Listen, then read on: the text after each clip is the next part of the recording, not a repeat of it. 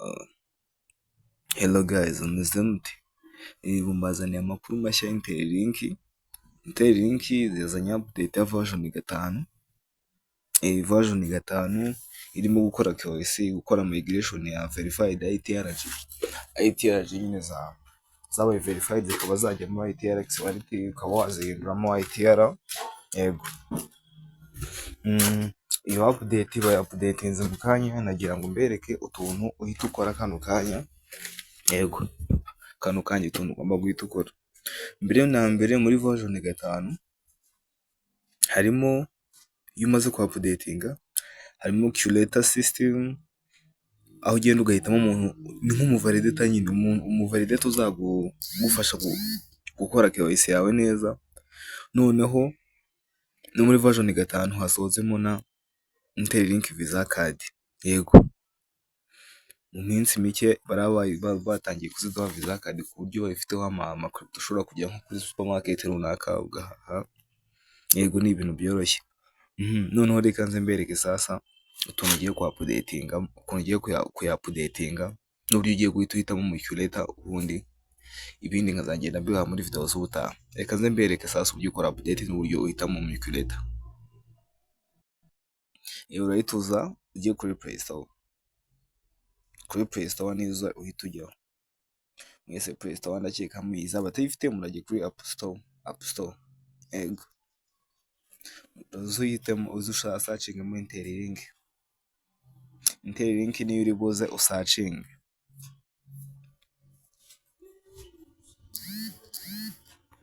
Nurangiza kuyisearchinga uraya-updatinga. Hano ngiye kubera ko nakoze update, nyine njye urimo ahita aboneka open, haraza ijambo update, uhita ukandaho update, utegereze yi-updating neza. Kwi-updatinga uhita ukanda hano handitse ngo open. Nimara kwi-updatinga haza rino jambo ngo open, bivuze ko yashoje kwi-updatinga nyine. Nurangiza uhita urikandaho open, irahita ifunguka Interlink. Mbibutsa ko iyi version 5 niyo izaberaho migration, KYC, OTC niyo bazatangamo Visa Card ku bantu muba mukeneye kuyikoresha cyane. Kandi murabizi ko n'itegeko mu Rwanda rya crypto ryamaze gutorwa direct, ibintu noneho biremewe. Itegeko rya crypto kandi gukoreshwa mu Rwanda byaremewe. Company zajya ziza gukorera mu Rwanda bazajya bazemerera nta kibazo. Rero crypto mu zihugukirwe. None hano urabona ko twamaze gufungura Interlink yacu. Urahita uza hano hasi handitse ngo migrate ITR, nako verified ITRG. Verified ITRG uhakande. Numara kuhakanda barakuzana hano, niba umaze gukora update, hano hazimo akantu ka verify migrate. Murabibona? Haraza akantu ka verify your ITRG migrate. Yego.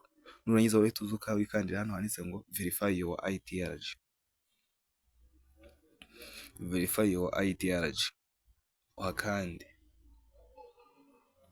Rigira uhakande inshuro ya mbere, ntibahite ntihite gafunguka, uhita ukandaho n'inshuro ya kabiri. Urakandaho kikarage gutya, nikamara gusoza uhita wongera ukandaho, nubona ko bidafungutse. Urabona ko bise bifunguka.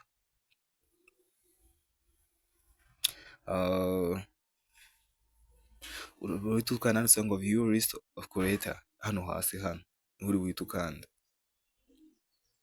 Nurangiza urahita ubaza kukwereka abakireta hano, uze uhitemo ubushaka nyine kagukorera, agufasha mu kuvalidatinga KYC yawe. Hano naje nihitiramo ama AI, kuko AI igihe cyose ziba zikora, igihe cyose wasubmitinga ibintu bimeze neza. Yego. Nabonye igihe umuntu hari igihe ajya nko mu gapoza ugasanga ntarimo araboneka, njye nihitemo AI. Maze uhita ukanda kuri apply, bigahita biza gutya, bagahita bavuga ngo match successful. Noneho uzategereza, ujye uza buri munsi gucekinga, wenda nka buri masaha nk'5 ugiye uza gucekinga ko bakwemereye kuba waza ugasubmitinga ama document yawe. Yego. Rero muze mubikore vuba vuba, ni ibintu byoroshye. Ubundi dutegereze neza, kandi KYC nimuyigeraho muyikore neza. ndaza kubakorera indi video ibereka ibintu bisabwa nyine n'uburyo bakora KYC byose. Yego, mu kanya gato ya video ndaza kuyishyira hanze. Sawa, turi kumwe.